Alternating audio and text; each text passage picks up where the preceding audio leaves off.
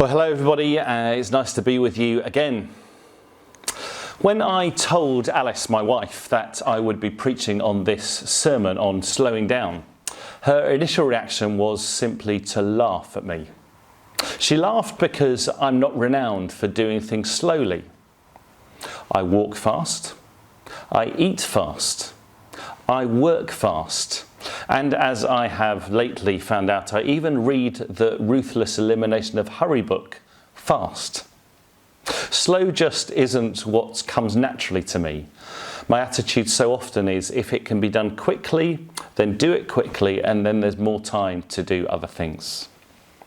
And yet over the years for me, that has taken its toll.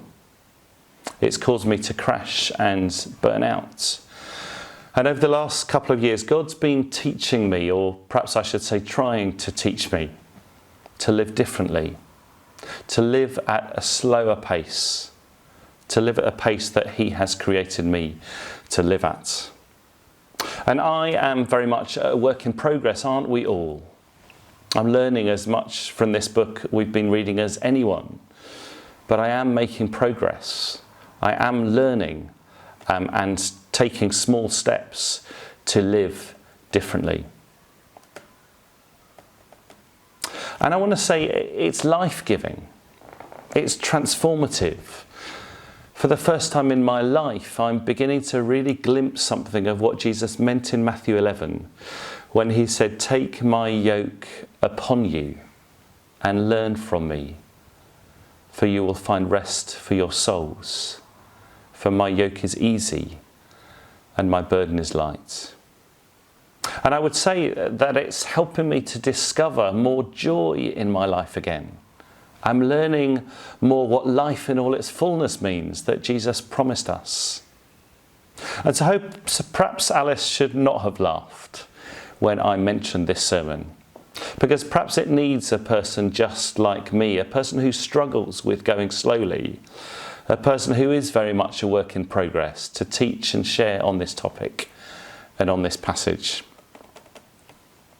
And so let's begin by looking at the story of Mary and Martha from Luke chapter 10, verses 38 to 42. I'd love you to get your Bibles out and open it in front of you. And in the true spirit of preaching slowly, I want to invite you to look through this passage right now and ask yourself, how does this passage speak into all four of the principles that we've been learning in recent weeks? Silence, Sabbath, simplicity, and now slowing. Just pause for a moment, read the passage yourself, and think, what does it speak into those things?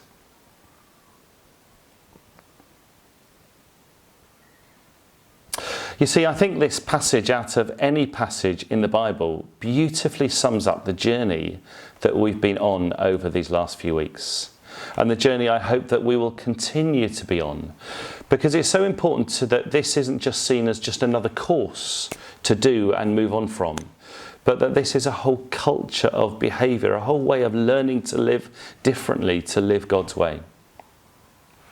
So I wonder what you saw in the passage. I want to share with you some reflections that I've seen, actually for the first time, as we've looked at this passage, which is familiar to many of us. And first of all, what we see, isn't it, is we see a hurrying Martha, a flustered Martha. A Martha who complains that she has been left to do all the work by herself. A Martha who, as we're told in verse 40, was distracted by all the preparations that had to be made. I wonder who thought all those preparations had to be made. Clearly Martha did, didn't she? But did Jesus? Did Mary? You see, it's interesting to see Jesus' response to this statement from Martha. In verse 42, Jesus says in the newer version of the NIV, few things are needed, or only one. I'd never seen that phrase before, partly because in my old NIV it's hidden in a footnote. But it's a significant phrase, isn't it? Few things are needed. You see, Jesus had transformed Martha's "all these preparations have to be made" into few things are needed, or only one. I think that's powerful and a real lesson for all of us here. For Martha had missed the point of what was needed. She had tried to do far more than Jesus ever required or asked of her. And that led to her rushing around and missing out on what was most important, being with Jesus. My wife Alice makes no secret of the fact that hospitality and cooking are not one of her great passions in life. She's a great cook, as some of you will have experienced, but it's not what she feels God has created her for, shall we say. And she often has told me the story of how when she was a youth worker in Bath, she would regularly invite people round and they would simply share beans on toast together, rather than any big grand meal, because what was most important was the relationship and connection, which she could offer so much more of if she offered beans on toast rather than any gourmet food. And I think Jesus was proud of her for doing that. I think Jesus would have said she's got her priorities exactly right.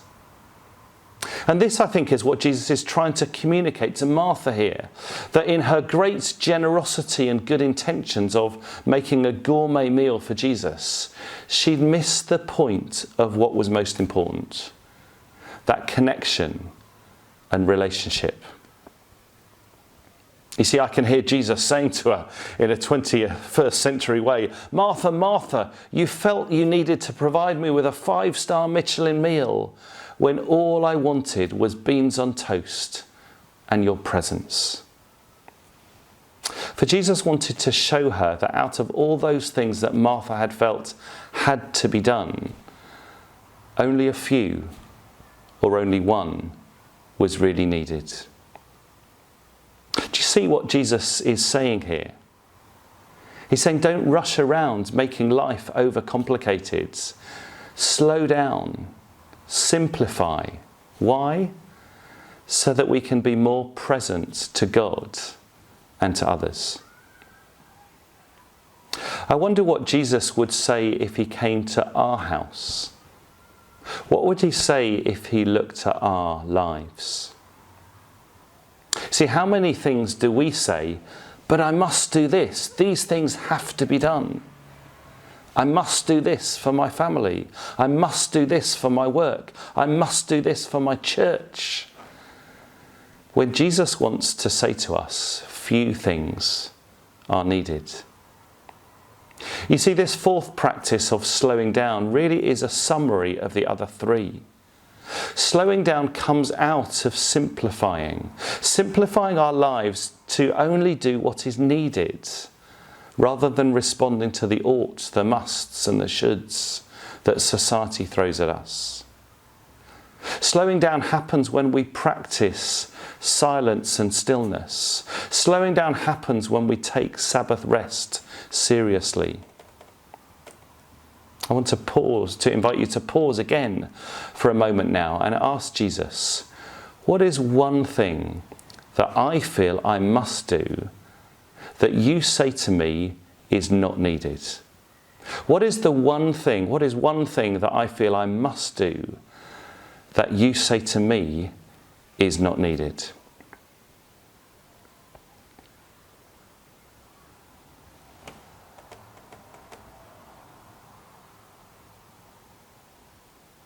I wonder if you sensed anything, and certainly go away and ponder that question. And I think this idea also applies to us as a church as much as individuals. And as I've shared recently, I think we're in a season where God is pruning us back, stripping us down to show us what is really needed and what is just busyness with no fruit.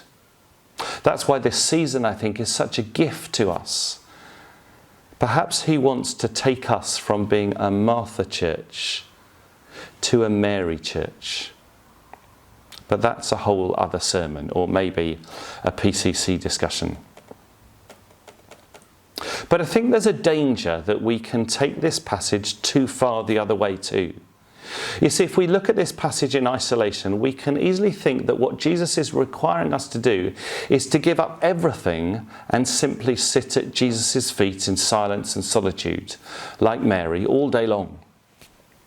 Now, he may call a few folk to do that, and to do that every day. They're called monks and nuns. But for most of us, that's not what we're called to do. For Jesus didn't call his disciples to all be hermits either, but he called them to follow him, to live life fully with him, to build his kingdom with him, and while doing so, to be fully present with him in all that they did. For what Jesus was trying to cultivate in his disciples wasn't an escapism from the world and an avoidance of work and doing stuff, but he was trying to cultivate in them an ethos of living life out of the stillness of being in God's presence. And that's what we've talked about with Sabbath recently. The way John Mark Comer has talked about Sabbath, I think, is brilliant. Not making it the legalistic list of what we can't do on the Sabbath that some of us grew up with, but reminding us that Sabbath is a gift of rest and recharging, of reconnecting with the presence of God that fuels us for the rest of the week. As he writes, Sabbath is more than just a day. It's a way of being in the world. It's a spirit of restfulness that comes from abiding, from living in the Father's loving presence all week long. It's that dwelling with God that realigns us. It's that dwelling with God that realigns our culture-drifted priorities.